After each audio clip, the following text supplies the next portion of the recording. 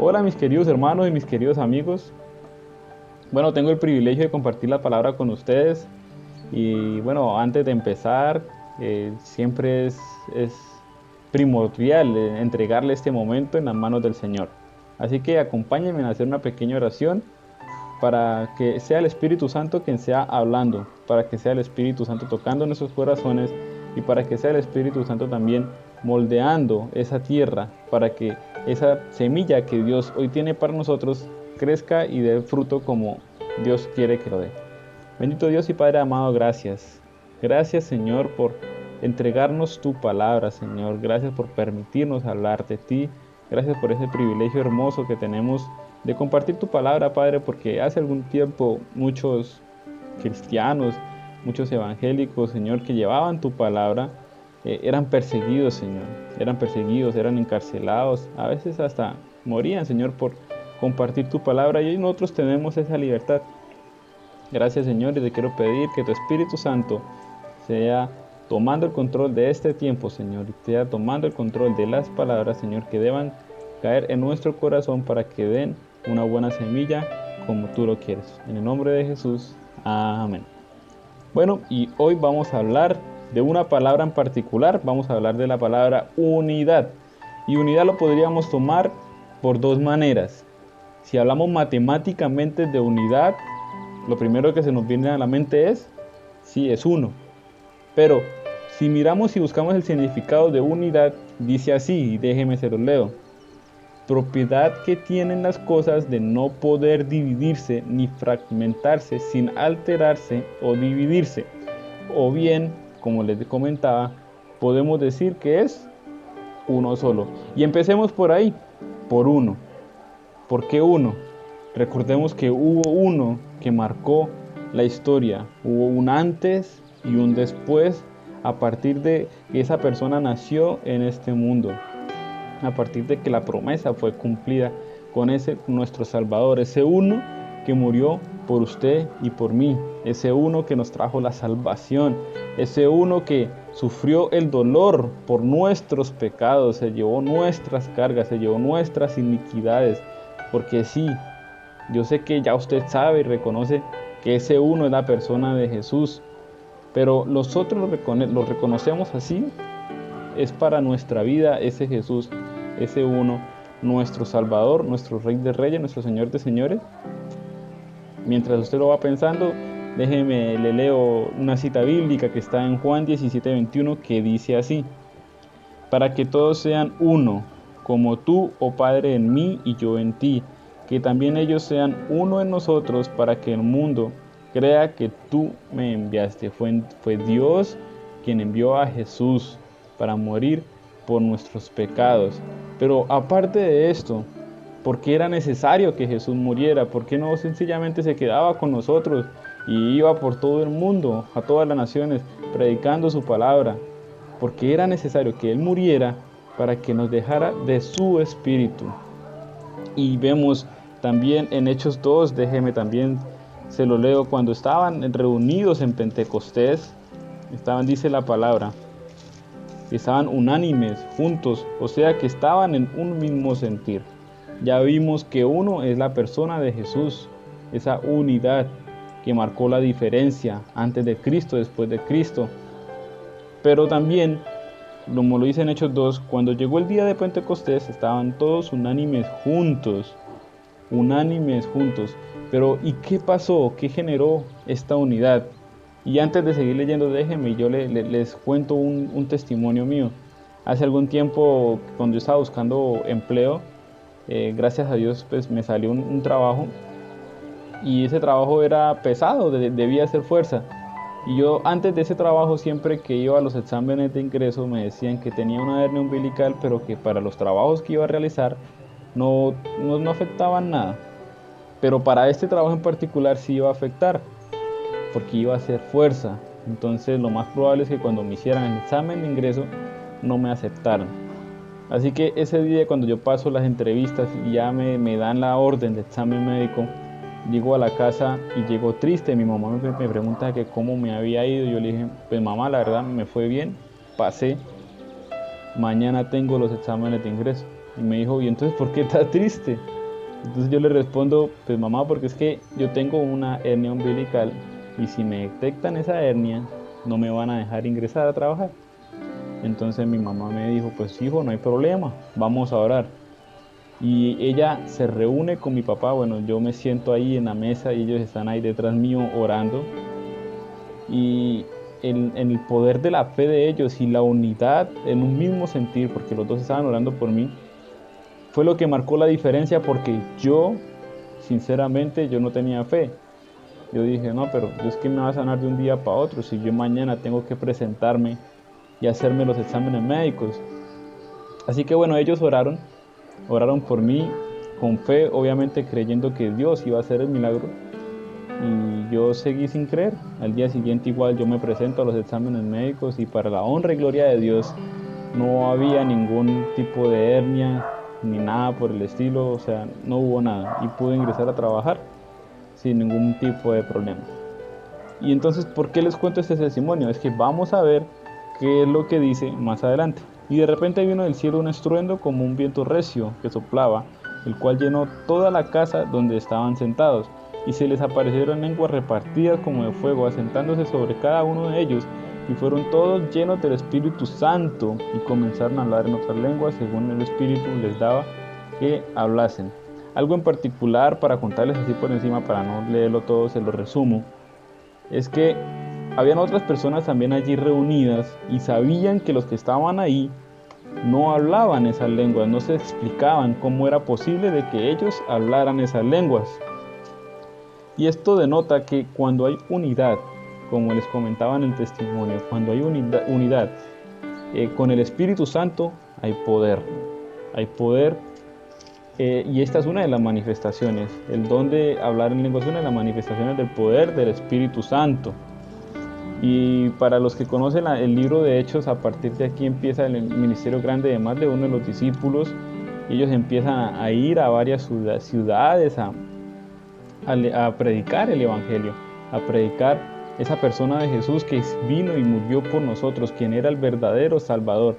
Pero había un inconveniente, que ellos no creían en ese uno. Había más de uno que no creía en ese uno porque ellos esperaban a un Salvador que fuera millonario, qué sé yo, que tuviera su corona, que tuviera sus anillos de oro, que se vistiera de lino fino, pero no un Salvador que caminara con prostitutos, que caminara con los pecadores, que se ensuciara los pies a cada nada que iba. Ellos no esperaban un rey así, y esa era su equivocación. Pero Jesús, la persona de Jesús, no vino a ser un rey de oro, no vino a ser un rey de lino fino. Él vino fue por los pecadores, por sus hijos perdidos.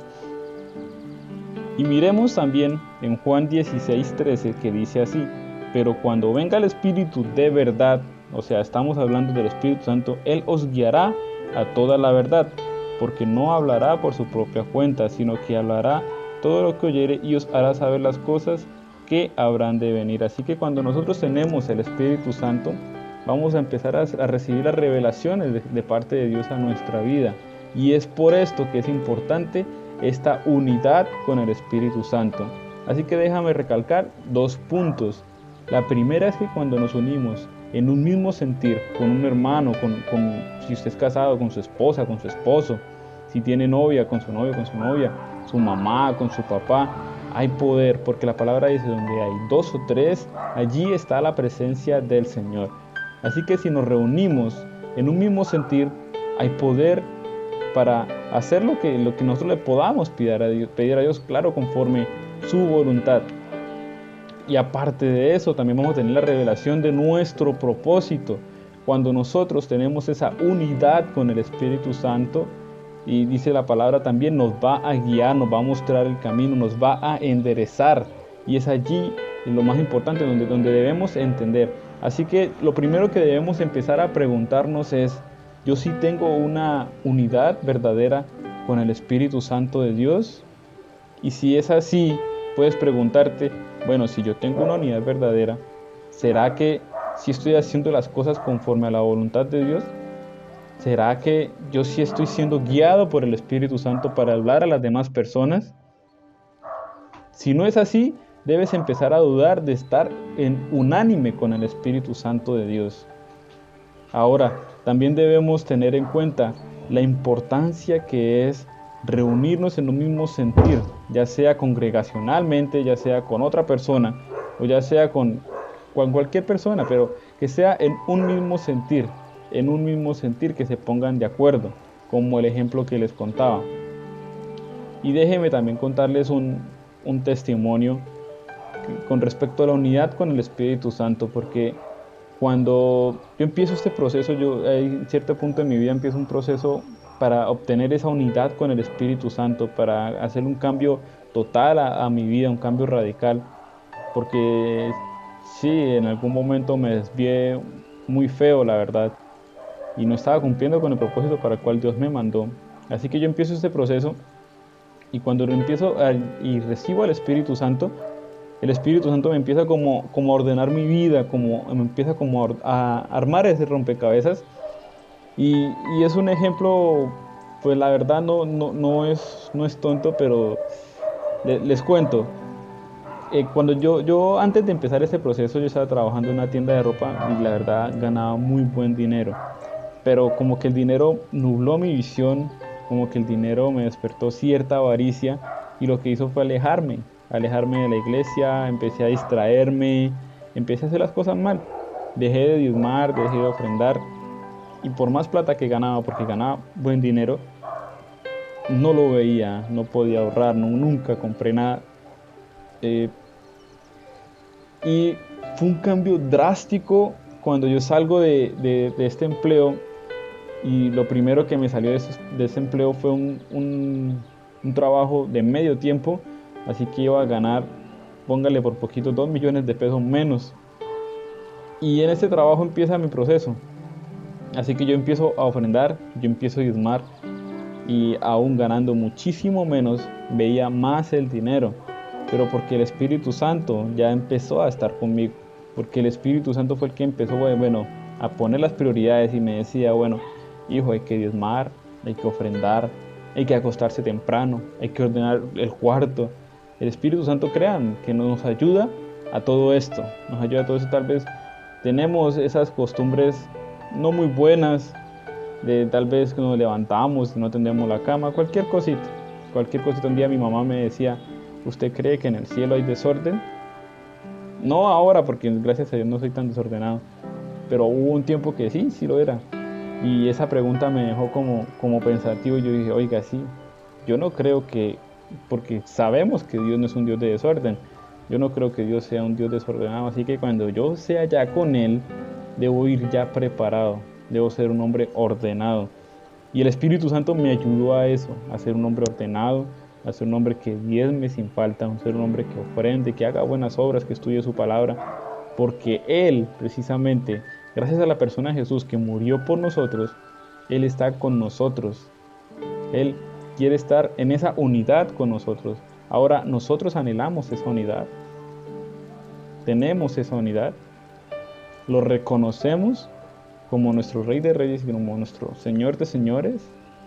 Reconocemos que sin Él no somos nada. Son preguntas que debemos empezar a analizar. Y si no, si su respuesta tal vez ha sido no, bueno, debemos empezar a trabajar en esa unidad, que es el Espíritu Santo de Dios en nuestra vida, guiándonos, formándonos. Así que, querido amigo, vamos a cerrar con una pequeña oración. Bendito Dios y Padre amado, gracias.